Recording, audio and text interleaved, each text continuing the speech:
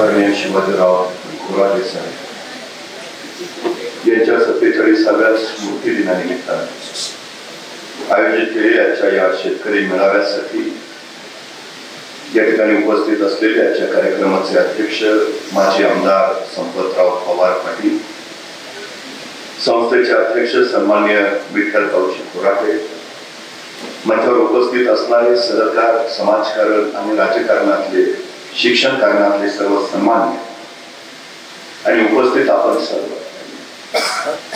वेळ दुपारची आहे, रणरणत्या उन्हाची आहे, पाऊस पडण्याआधी असणाऱ्या तावत्या तावाची आहे.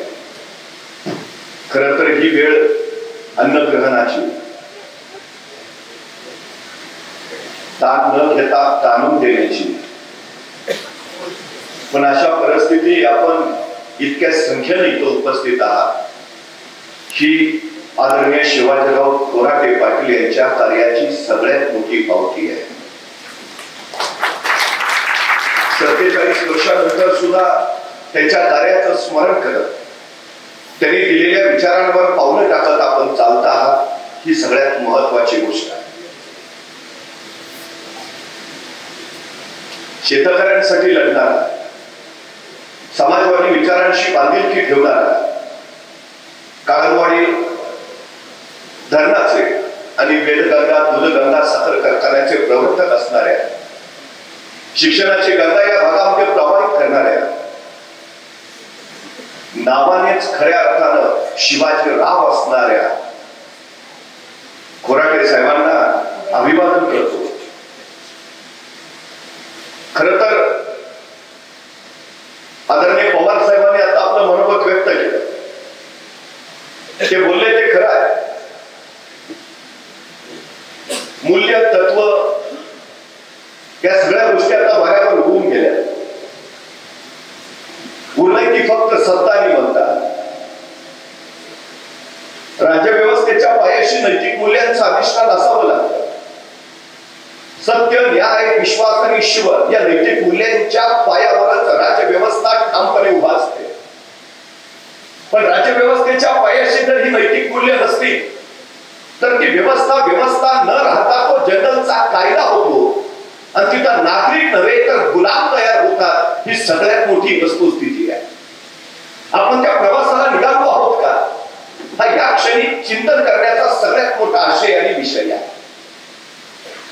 कुठल्या दिशेचा आपला प्रवास चालू आहे. संत कबीर रात्रीच्या 12-12:30 वाजता रस्त्याने निघाले होते.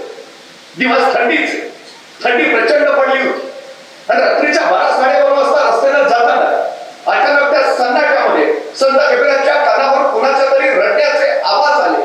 रडताय कोण म्हणून संत कबीरांनी इकडे तिकडे बघितलं. एका दुकानाच्या बाहेर एक भिकारी बसला होता. त्याला थंडी सहन होत नव्हती, थंडीला कुडकुडत होता आणि ते कुडकुडणं सहन न झाल्यामुळं तो रडत होता. संत कबीरांना दया आली. संत कबीर खरं तर शाली लिहिणारे, त्यांच्या खांद्यावर नवी कोरी शाल होती. संत कबीर त्या भिकाऱ्याच्या जवळ गेले, स्वतःच्या खांद्यावरची नवी कोरी शाल काढली, ती अर्ध्यातनं फाटली आणि अर्धी शाल त्यांनी त्या भिकाऱ्याच्या खांद्यावर टाकली. त्या शालीनं त्या भिकाऱ्याला ऊब मिळाली, त्याची थंडी कमी झाली. कबीरांना संविधान मिळालं आणि कबीर पुढे चालत चालत निघाले. रात्री 2-2:30चा सुमार झाला. थंडीचा कडा आणखी वाढला, प्रचंड थंडी वाढायला लागली. आता संत कबीरांना इतकी थंडी वाचायला लागली की दादा आपटायला लागले, शरीर थंडायला लागलं. अंगावरच्या अर्धी शालीला बस त्यांनी पुन्हा ओढायला लागले. पण अचानक काय वाटलं कुणास ठाऊक, एका जागी बसून संत कबीर शांतपणे ढसा रडायला लागले. त्यांच्या पाठीमागून एक ग्रस्त येत होता. त्यांनी बघितलं संत कबीरांनी अर्धी शाल पडून त्या भिकाऱ्याच्या खांद्यावर टाकली. आता पुढे आल्यावर ते स्वतः रडतात. तो ग्रस्त संत कबीराजवळ आणि म्हणाला, आता कसं बरं वाटतंय? मगाशी भिकाऱ्याजवळ लई दानशूर झाला, नवी कोरी शाल अर्धी फाडून त्या भिकाऱ्याला दिली. त्या भिकाऱ्याला ती अर्धी शाल दिली नसती तर आता त्या अख्ख्या शालीतनं तुमची थंडी निघाली असती की नाही. आता बसलाय कुडकुडत, बसा रडत. तसे संत कबीर म्हणाले, मला थंडी वाजते म्हणून रडत नाहीये. मी त्या भिकाऱ्याला अर्धी शाल का दिली म्हणून रडत नाहीये. मी रडतो एवढ्यासाठी की या अर्ध्या शालीतनं जर माझी थंडी निघत नसेल तर त्या अर्ध्या शालीतनं त्या भिकाऱ्याची सुद्धा थंडी निघत नसेल. मी मगाशी त्याला अख्खी शाल का नाही दिली या दुःखाचं त्याला संपूर्ण शाप द्यायला पाहिजे होती. दुसऱ्याच्या दुःखाला डोळ्यात पाणी येणारी माणसं किती जी आहे ते सगळ्यांनी समान घेतलं पाहिजे, सगळ्यांच्या वाट्याला आलं पाहिजे असा विचार करणारे किती, हा प्रश्न आताच्या वर्तमानात आहेच आहे. समाजवादाची व्याख्या जी आहे ती भांडवलदारीला विरोध करून सगळ्यांना समान देणं ही सगळ्यात मोठी भूमिका शिवाजीराव खोराट यांनी आपल्या आयुष्यात जपली. ही सगळ्यात मोठी गोष्ट. जमिनीला पाणी मिळाल्याशिवाय तिचा कस फुलत नाही, मोठ्यासारखं पीक त्याच्यामुळे येत नाही. कळंबावाडी धरणाची संकल्पनाने त्यासाठी दिलेला लढा, त्या धरणाच्या पाण्यातून शेती तर फुलली, पण या मातीतल्या पिढ्या सुद्धा घडल्या. ही सगळ्यात मोठी वस्तुस्थिती आहे, सगळ्यात मोठी. माणसाच्या जगण्याला अर्थ यावा नव्हे, जगण्याला गोडी यावी म्हणून उभा राहिलेला वेदगंगा दूधगंगा कारखाना त्यांच्या त्या कार्याची सगळ्यात मोठी साक्ष आहे. आज त्यांच्या त्या कार्याचं स्मरण आहे. पण त्यांनी जपलेले विचार, त्यांनी आम्हाला दिलेले संस्कार, त्याच्यावर पावलं टाकत जाणं हा उद्याचा आम्ही घडवला जाणारा भविष्य काळ आहे. आम्ही त्या दिशेनं जायला हवं. ही सगळ्यात आणि सगळ्यात मोठी वस्तुस्थिती आहे. पण दुर्दैवानं समाजाच्या प्रती शिवाजीराव खोराटेला असणारी संवेदनशीलता आताच्या लोकांकडे राहिली आहे का, हा सगळ्यात मोठ्या चिंतनाचा विषय आहे. संवेदनशीलता असेल तर कृतज्ञता निर्माण होते, आणि कृतज्ञता व्यक्त करणारी माणसं असतील तर पुन्हा कार्य करणारी पिढी तयार होते. ही सगळ्यात मोठी गोष्ट. दुर्दैवानं ती संवेदनशीलता आता आमच्यात राहिली नाही. ही आमची अलीकडची सगळ्यात मोठी अडचण आहे, सगळ्यात मोठी. म्हणजे रस्त्यावर एखाद्याचा अपघात झाला तर अपघातग्रस्ताला तातडीनं मदत करण्यापेक्षा त्या अपघाताचं मोबाईल मध्ये शूटिंग करून आपल्या ग्रुपला पाठवण्यात हल्लीच्या पिढीला धन्यता वाटते. ही संवेदनशीलता हरवल्याची सगळ्यात मोठी लक्षण आहे. कशाच्या दिशेला जातो आहोत, कुठल्या दिशेला प्रवास करतो आहोत याचा विचार आपण कधीतरी केला पाहिजे. अलीकडच्या काळात माणसं स्वतःची डोळ्यांची काळजी घेत नाही, पण स्वतःच्या चष्म्याची मात्र प्रचंड काळजी घेतात. महत्वाचं काय, चष्मा का डोळे याच्यातला फरक आम्हाला कळेनासा झालाय. ही आमची अलीकडची सगळ्यात मोठी अडचण आहे. स्वतःच्या मोबाईलची जेवढी माणसं काळजी घेतात तेवढी माणसं स्वतःच्या हृदयाची घेत नाही. ही अलीकडची आमची सगळ्यात मोठी अडचण आहे. याचं कारण एक, जे फुकट मिळतं, ज्याला किंमत देता लागत नाही, अशा गोष्टींची आम्हाला किंमतच नसते. ही अलीकडची आमची सगळ्यात मोठी अडचण आहे. आम्हाला काही द्यावं लागलं नाही ना, मग आम्हाला त्याची किंमतच नाही. ही आमची सगळ्यात मोठी अडचण. किंमत शिवाजीराव खोराटेने दिली, किंमत त्यांच्या सहकार्याने दिली. त्यांची दिलेल्या किमतीत न आताच हे समृद्ध विश्व उभा राहिलं हे आम्ही लक्षात घेतलं पाहिजे. ती संवेदनशीलता आम्हाला निर्माण करता आली पाहिजे. काळाची सगळ्यात मोठी गरज कुठली असेल तर ती आहे. खर तर लहानपणी आम्ही जेवायला बसलो की आमची आजी आम्हाला सांगायची, जेवायच्या आधी ताटातला एक घास ताटाच्या बाहेर काढून ठेव. आम्हाला प्रश्न पडायचा की बहुतेक किडा मुंग्या आपल्या ताटात येऊ नये, त्यांना आपलं बाहेरचं बाहेरच द्यावं म्हणून घास बाहेर काढून ठेवायचा असेल. पण नंतर ती आजी म्हणाली, अरे ही भूमी आपल्याला अन्नधान्य देते, त्या अन्नधान्याच्या बळावर तर आपण जिवंत राहतो. ही भूमी जितकं अन्नधान्य आपल्याला देते त्याच्या बदल्यात आपण तिला काय देतो, ती एवढं सगळं देते. किंवा आपल्या ताटातला एक घास तरी तिच्यासाठी कृतज्ञता म्हणून आपण ठेवायला हवा. तू देतेस म्हणून आम्ही आहोत, तुझ्यासारखं आम्ही देऊ नाही शकत, पण एक घास गोड बनवून घे. सायंकाळच्या वेळेला तुळशी पुढे दिवा लावावा अशी आजी सांगायची का? आम्हाला वाटायचं अंगातल्या येणाऱ्या जाण्याला दिसावा उजेड पडावा म्हणून. पण नंतर ती सांगायला लागली, अरे तो दिवसभर सूर्य तुम्हाला प्रकाश देतो, उष्णता देतो, त्याच्यावर तरी सृष्टी जिवंत राहते. आपण सूर्य इतका प्रकाश देऊ नाही शकत, पण तो ते देतो त्याच्याबद्दल कृतज्ञता तरी व्यक्त करायला हवी. तो दिवसभर प्रकाश देतो, आम्ही तुझ्या इतकं देऊ शकत नाही, पण आमची ही विनंती पंथी गोड मानून घे. कृतज्ञता म्हणून तेवढं तरी आम्ही करू शकतो. आज शिवाजीराव खोराटे पाटलांनी जे प्रचंड कार्य केलं त्यांच्याबद्दल कृतज्ञता म्हणून किमान त्यांच्यासारखं थोडं तरी आपण जगू शकतो.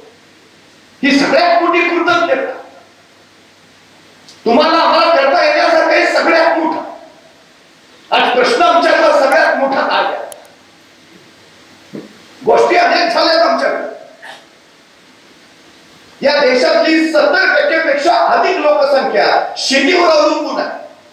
या देशातली 50% पेक्षा अधिक लोकसंख्या फक्त शेतीच करते.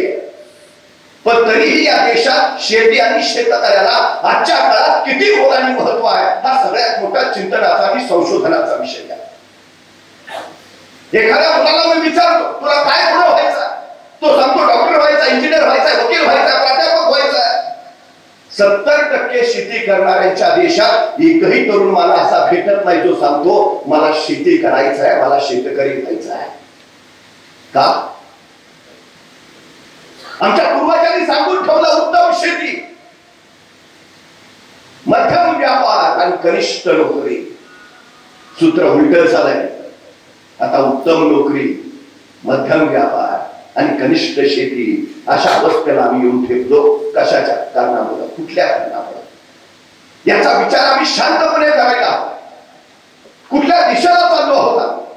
महाराष्ट्रात 4 कृषी विद्यापीठ, शेतीसाठी लागणारं संशोधन तिथं केलं जातं. शेतीमध्ये नवीन तंत्रज्ञान यावं, शेतीचं उत्पन्न वाढावं यासाठी तिथल्या तरुणांना शिक्षण दिलं जातं. पण कृषी विद्यापीठामध्ये कृषी पदवीधर घेणारी किती मुलं शेती करतात हा सगळ्यात मोठा चिंतनाचा विषय आहे. कृषी विद्यापीठात शिकायला जायचं कारण मला मग एमपीएससी यूपीएससी परीक्षा देता येते आणि मला प्रशासकीय अधिकारी होता येतं. दुर्दैवाने शिकलेला एकही कोटा शेतीत येत नाही. ही आमच्या अलीकडची सगळ्यात मोठी अडचण आहे. तुम्हाला शाळेमध्ये क्लासची नोकरी लागायची असू द्या, शिपाई म्हणून मुलाखती निघू द्या, काय ग्रहियत असते? ग्रॅज्युएट हवा, शिक्षक हवा, एमएससी पाहिजे, आणखी काय पाहिजे? बीएड पाहिजे, डीएड पाहिजे. आणि शेती करायची आहे, काय नसला तरी चालतंय. नवे ज्याला बाकी काय जमत नाही तिनेच यावं. मला सांगा या शेतीचा विकास होईल कसा?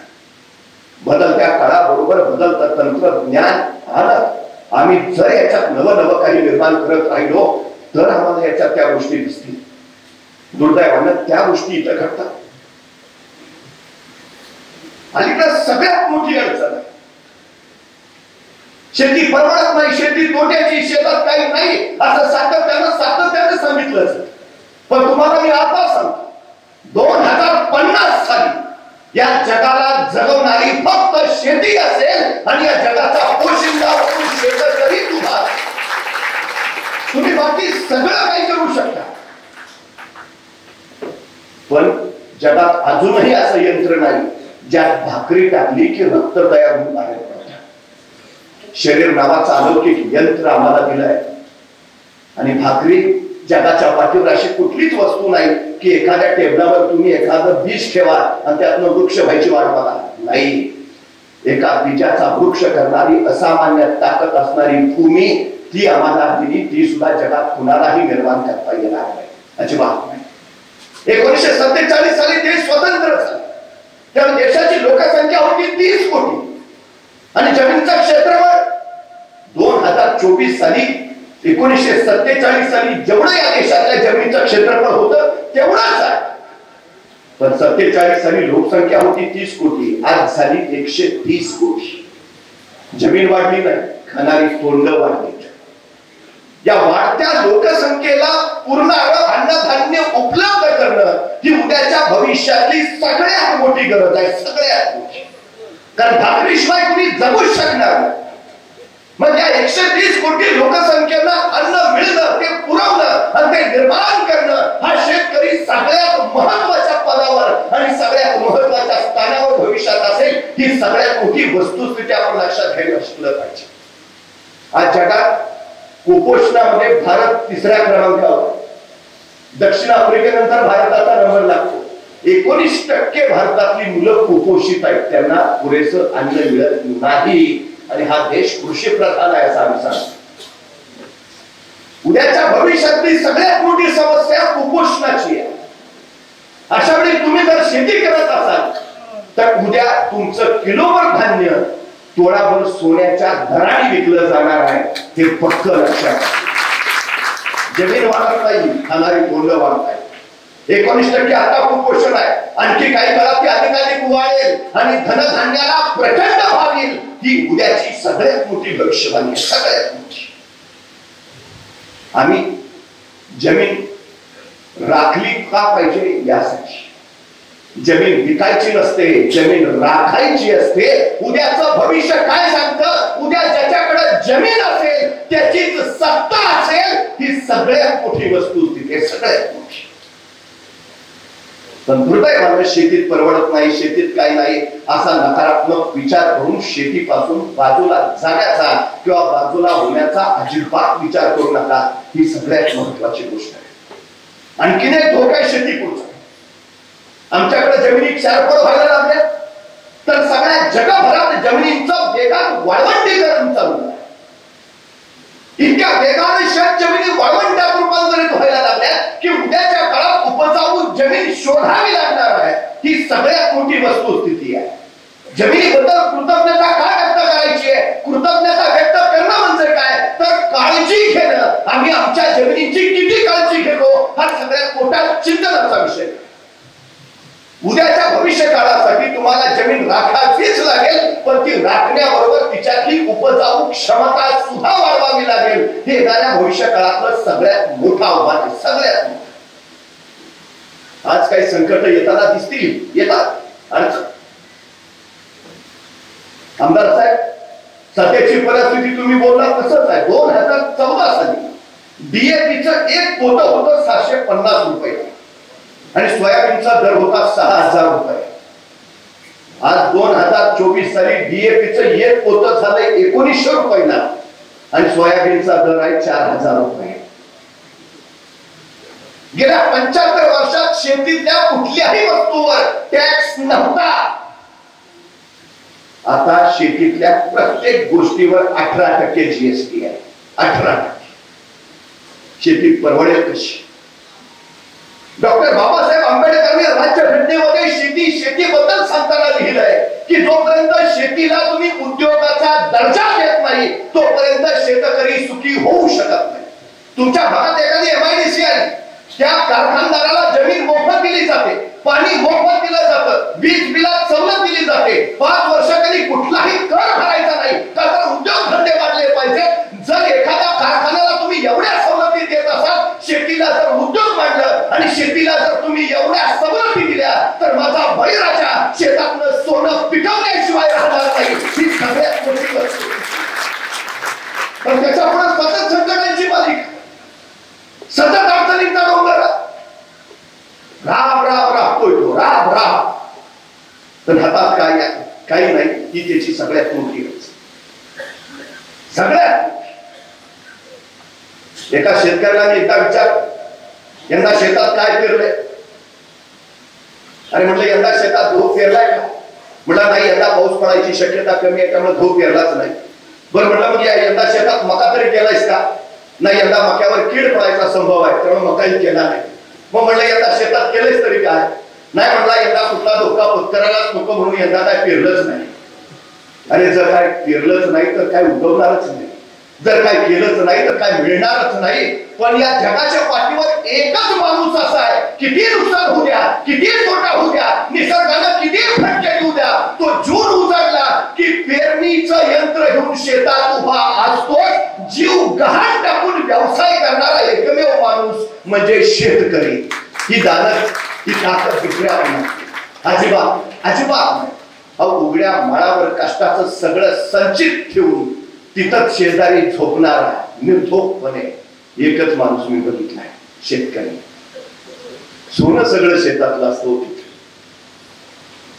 हे इतकं सामर्थ्य आहे त्याच्यात, पण नकारात्मकता अजिबात नाही, अजिबात नाही, अजिबात नाही. कधी बेफाम पाऊस होतो, पीक वाहून जात. कधी दुष्काळ पडतो, पीक वाढून जात. कधी मोत्यासारखं पीक येतं आणि चोरांची टोळी पीक वाढल्यावर उडवून येत. कधी पीक हातात येतं तर बाजारात त्याला भाव नसतो. इतकी सगळी संकट,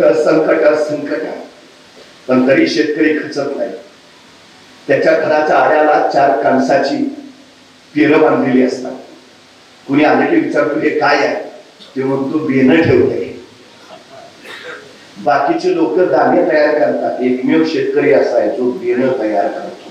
किती संकट येऊ दे, जोपर्यंत माझ्याकडे बेन आहे ना तोपर्यंत एक दाणा गाडला तर त्याचे 1000 दाणे करायची ताकद या शेतकऱ्याच्या मनगटात आहे. या विश्वासाने तो सगळ्याला सामोरा जातो. सगळ्या हेच तर लग्न आहे, दुसरं काय आहे? त्याला लग्न म्हणायचं. निराशा नाही, नाराजी अजिबात नाही. आपल्या वाचवीला संघर्ष पोचलाय हे त्याचं सगळ्यात मोठं ध्येय आहे. एकदा शेतकरी नाराज झाला, भयान मैदाना सारखी संकट सारख्या अडचणी एका साधू महाराजांकडे गेला. म्हटला काय अजिबातच समाधान नाही, स्वास्थ्य नाही, सुख नाही, सारखी संकट सारख्या अडचणी, काहीतरी सुखाचा महामंत्र सांगा. ते साधू म्हटले महामंत्र देतो तुला, पण त्याच्या आधी माझं एक काम करायला लागेल. म्हटला काय? आजची रात्र माझ्या सगळ्या उंटांना पहरा दे, फक्त रात्रभर पहरा दे. म्हटला देतो की त्यात काय अडचण?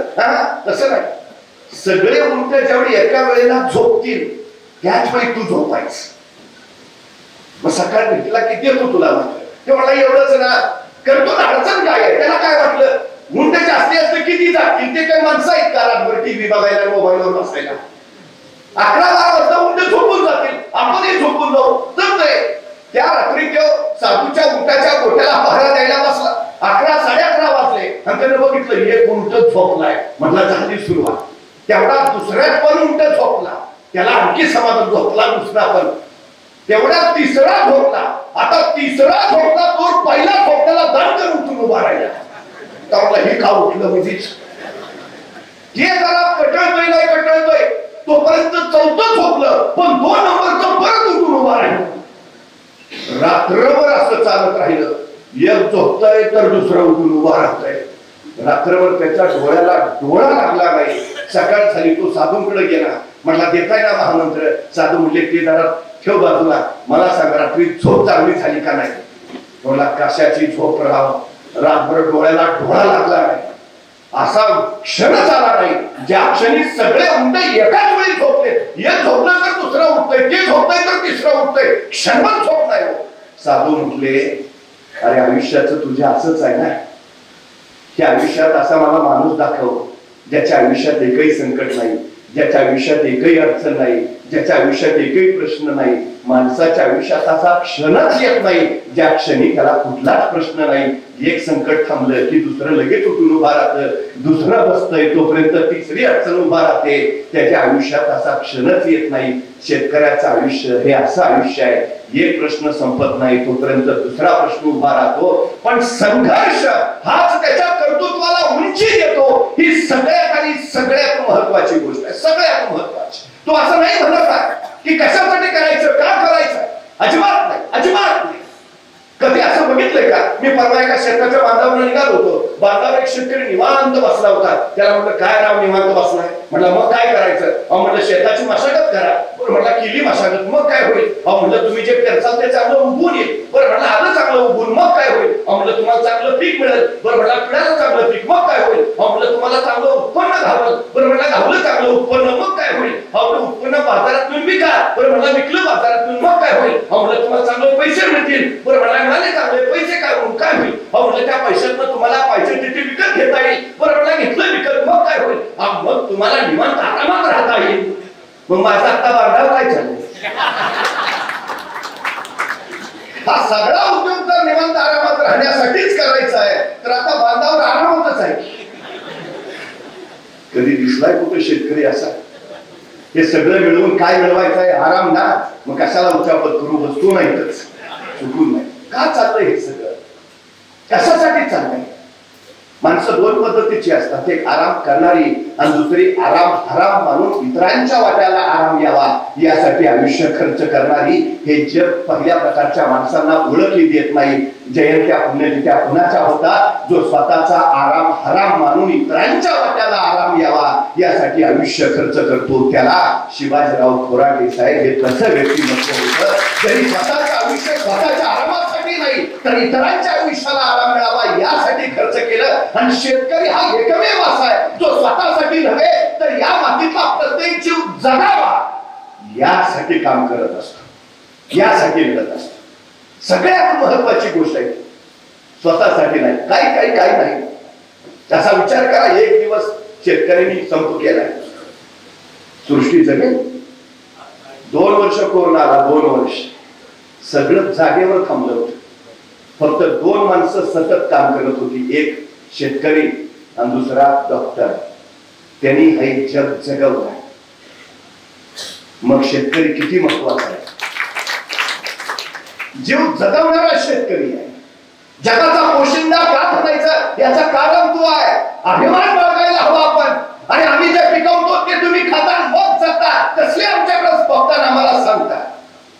कशासाठी स्वतःला कमी समजायचंय, कशासाठी स्वतःला न्यूनगंडित करायचं. 350 वर्षापूर्वी याच मातीमध्ये छत्रपती शिवाजी महाराजांनी स्वराज्य उभा केलं. कोणाच्या जोरावर केलं? कवळी फौजा होत्या त्यांच्याकडे? कोण होतं? कुणाच्या बळावर? रानावनातली गुरामागची रानात काम करणारी शेतकऱ्याची पोरं महाराजांनी गोळा केली आणि या शेतकऱ्यांच्या हातात नांगरा काढून तलवारी दिल्या आणि या शेतकऱ्यांनी शिवरायांच्या खांद्याला खांदा लावून हे स्वराज्य उभा केलं. शेतकरी काय करू शकतो याचं उदाहरण छत्रपतींच्या स्वराज्याकडे आम्ही बघितलं पाहिजे. हे स्वराज्य शेतकऱ्यांचं, कष्टकऱ्यांचं, शेतकऱ्यांनी उभा केलेलं आहे हे पहिलं लक्षात असू द्या. इतका सामर्थ्य आपल्यात आहे, राज्य उभा करू शकतो. कांड कसले सांगतात, जमणार नाही, याव नाही, त्याव नाही, रडत कसले बसतात. महाराजांनी लढाईला शिकवले.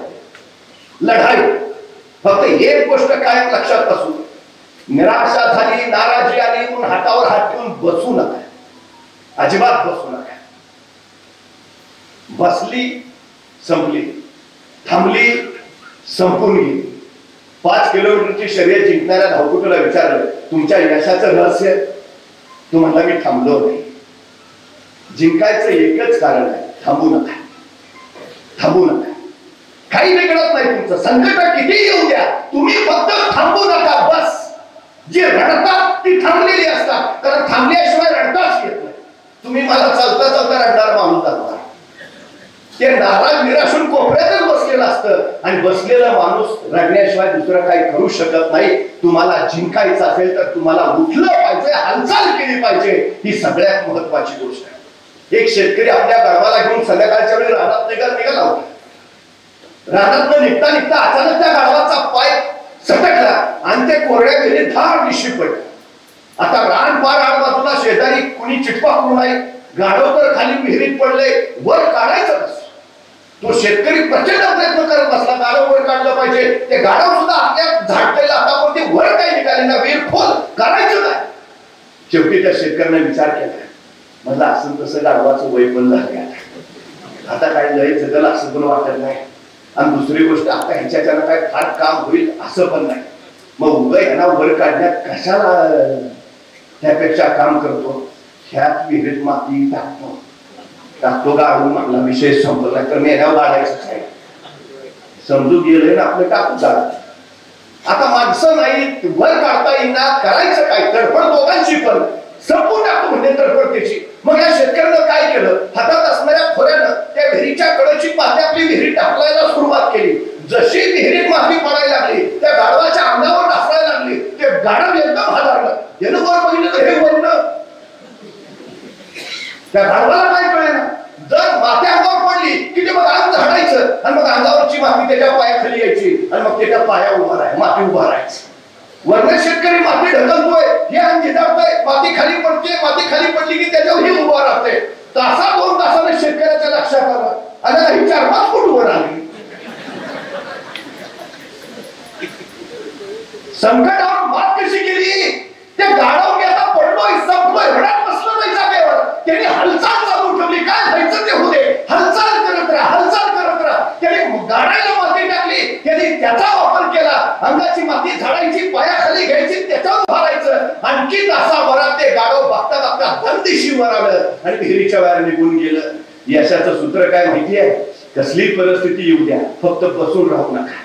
सतत हालचाल करत राहा, काम करत राहा, कष्ट करत राहा, मग तुम्हाला यश येतं.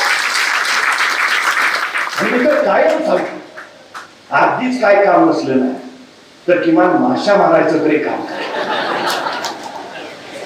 त्याचं कारण असं आहे, आपला उजवा मेंदू डावा मेंदू ह्याच्यामध्ये जो भाग आहे ना, तो आपल्या अवयवांच्या हालचालीने उत्तेजित होतो आणि तो आपल्या शरीराला, मनाला उत्साह देतो. माणसं निराश कधी होतात माहितीये? ती ज्यावेळी एका जागेवर बसून राहतात तेव्हा, कारण त्यांच्या अवयवाची हालचाल होत नाही, त्यामुळे दोन्ही मेंदूचा मधला भाग उत्तेजित राहत नाही. आणि तो उत्तेजित राहत नसला की त्यांच्यात उत्साह संपतो आणि मग ते आता काय संपलं सगळं. त्यामुळे एक मी का म्हणतो, काय नसलं काम तर हालचाल होते. हालचाल झाली की हा भाग उत्तेजित झाला की उत्साह, चल बघू काय होतंय का, मग काम चालू सुरू करा, अडचण नाही. जिंकता कोण? जे सुरुवात करतात, ते जे सुरुवातच करत नाही ते पोहोचतील कसे? ते जागेवरच थांबतील. 1645 ला महाराजांनी राजगड घेतला, बेवसाव होता, म्हणजे तिथं काहीच नव्हतं. आता घेतला राजगड तर बांधायला पाहिजे, आता बांधायचा तर पैसे पाहिजे, होते का महाराजांकडे? मग महाराज असं म्हटले का, आता घेतला राजगड तर बांधला पाहिजे, बांधायचा तर फंड्स पाहिजे, आहेत कुठे आपल्याकडं, मग कशाला घ्या, बघू फंड्स आल्यावर. थांबले का महाराज? नाही म्हणले, पैशाचा पुढचा पुढं घेऊन तर टाकू राजगड. 1645 ला महाराजांनी राजगड घेतला, 1646 ला महाराजांनी तोरणा जिंकला आणि तोरण्यावर महाराजांना सोन्याच्या मोहरांनी भरलेले 7 खंडे सापडले आणि त्या संपत्तीतनं महाराजांनी राजगड बांधून पूर्ण केला. महाराज सांगताय तुम्ही सुरुवात करा, जगदंबा आशीर्वाद घेऊन तुमच्या पाठीशी उभा असते. हालचाल करणाऱ्या, कष्ट करणाऱ्या, काम करणाऱ्या, सुरुवात करणाऱ्या माणसाच्या मागे नियती असते, सृष्टी असते. सगळ्यात महत्वाची गोष्ट काय आहे महाराजांकडे सांगा? सैन्य आहे, संपत्ती आहे, साधना आहे? नाही, काही नाही. तरी महाराजांनी शून्यातून राज्य उभा केला, म्हणजे शून्यातून विश्व उभा करणारे राजे, असं महाराजांचं आम्ही वर्णन करतो. म्हणजे महाराजांकडे काही नसताना महाराज राज्य उभा करतात आणि आमच्याकडे सगळं रेडीमेड तयार असताना आमच्या हातनं काय होत नाही.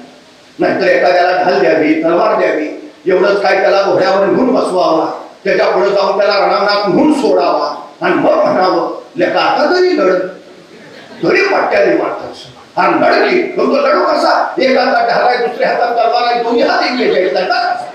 आपण निदान पडून तरी जा, पडू तरी कसा? घोड्यावर बसली दिसत नाही, सो बाजूनी अडचण. मुंगी बघितली, मुंगी मुंगी मुंगी मुंगी केवढीशी, तिचं डोकं केवढंच, डोक्यातला मेंदू केवढा, तरी पण त्या मुंगीला बरोबर कळतं कुठल्या गावातल्या कितव्या आलीतल्या, कितव्या घरातल्या, कितव्या खोलीतल्या, कितव्या कपड्यावरच्या, कितव्या फळीवर किती नंबरचा साखरेचा डबा आहे. सांगावं लागत नाही, रस्ता दाखवावं लागत नाही, कणभर असते मुंगी, महिन्यात मनभर साखर खस्त करते, कधी कळत नाही. एवढीशी मुंगी ध्येय गाठत असेल, आपल्याला अडचण काय आहे?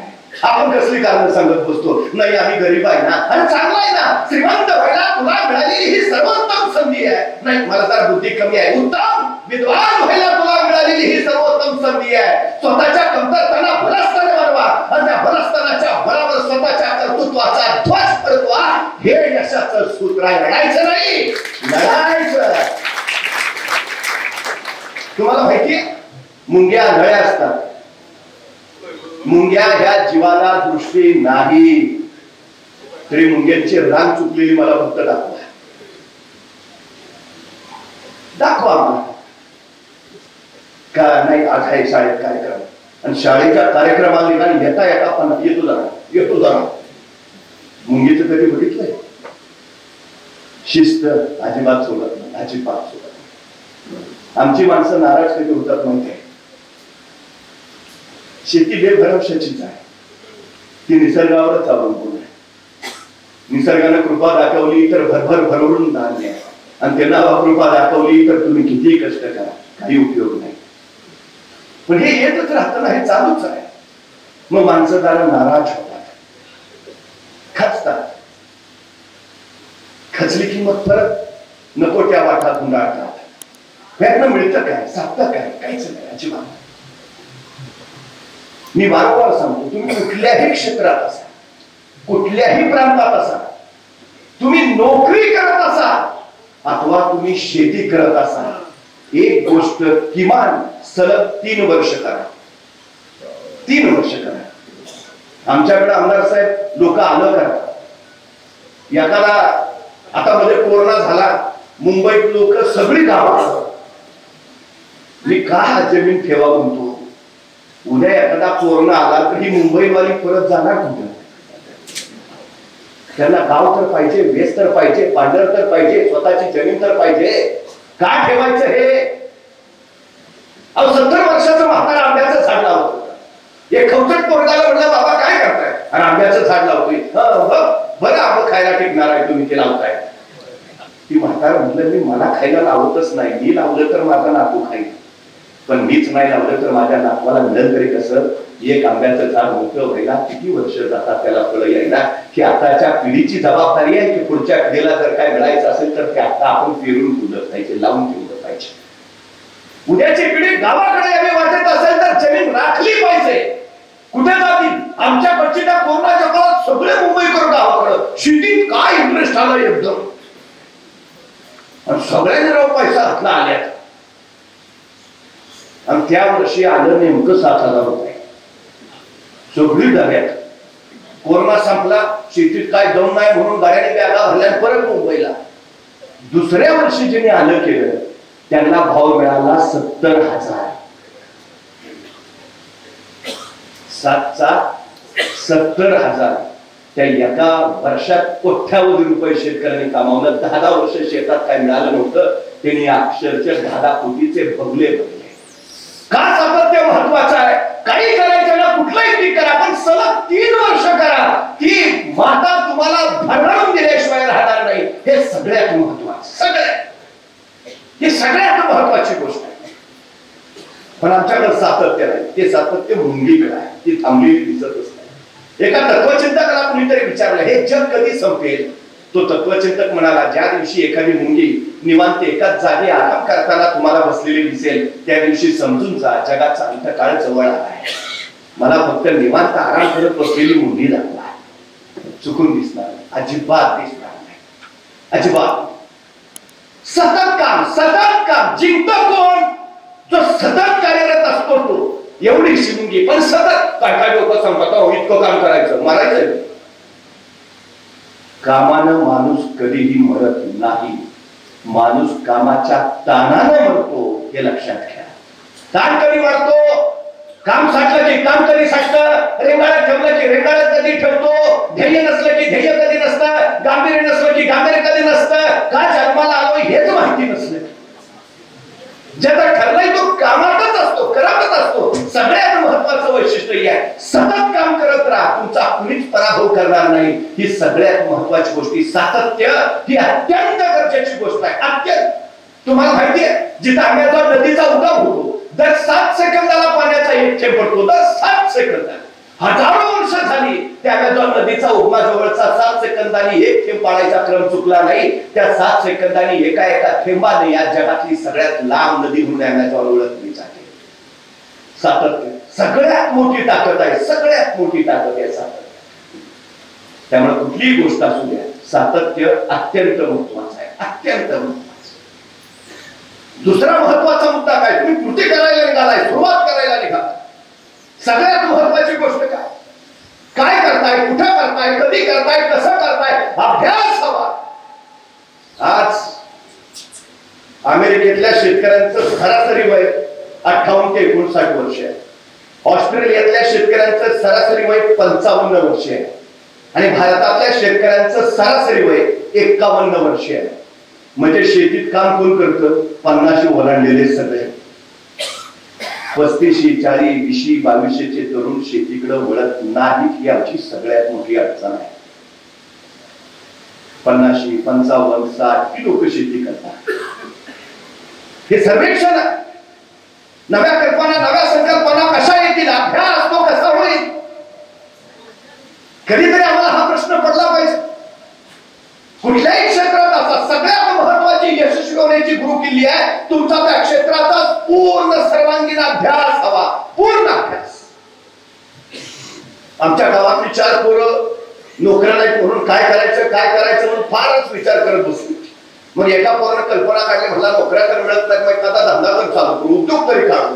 मग सगळ्यांचे एकमत झालं, करू उद्योग. मग म्हणले कुठला करायचा उद्योग? मग 14 एकत्र बसले, चर्चा चालू झाली, कुठला उद्योग चालेल. मग एक म्हटला, आपलं गाव जरा आत आहे, गावचं एसटी स्टँड बाहेर आहे, माणसं एसटीतनं उतरली की 3-4 किलोमीटर चालत आल्यावर मग गाव लागतंय. आपण जर रिक्षा घेतली तर उद्योग जोरात चालेल, माणसाची व्यवस्था होईल सगळी.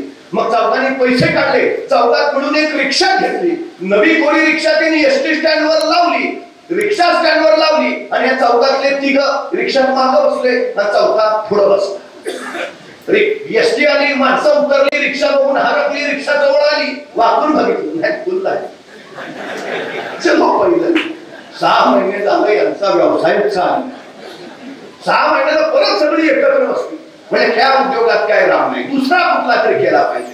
परत चर्चा धावपडली, कुठला दुसरा करूया. बराच वेळ विचार करून एकाला काढलं, म्हणला गावात गाड्या भरपूर आल्या, पण एखाद्याची गाडी पंक्चर झाली तर गावात एक पण पंक्चर काढायचं दुकान नाही.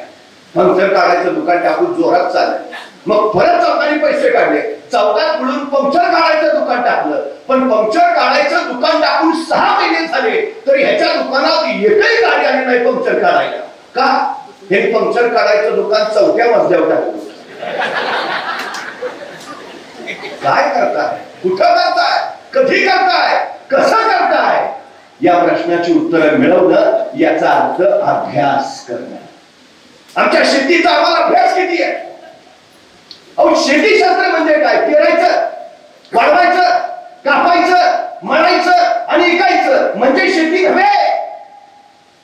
कुठल्या जमिनीत तुम्ही पेरणी करताय, ती जमीन कशी आहे, तिचा पोत कसा आहे, कसदारपणा कसा आहे, कुठली खनिजं त्यात आहे, तुम्ही माती परीक्षण केलंय? माती परीक्षण न करता तुम्ही जर कुठलीही खतं टाकत असला तर त्या शेतीतनं तुम्हाला उत्पन्न मिळणारच नाही. जर तुमच्या जमिनीत फॉस्फरस जास्त असेल, सल्फेट जास्त असेल तर सल्फेट विरहित खतच तुम्हाला तुमच्या पिकाला द्यावे लागतात. दुर्दैवानं माती परीक्षण करत नाही. आमच्या मातीत काय आहे हे आम्हाला माहिती नाही आणि मग आम्ही सांगतो खताला एवढा खर्च केला पण काय उत्पन्नच मिळणार, कसं मिळेल?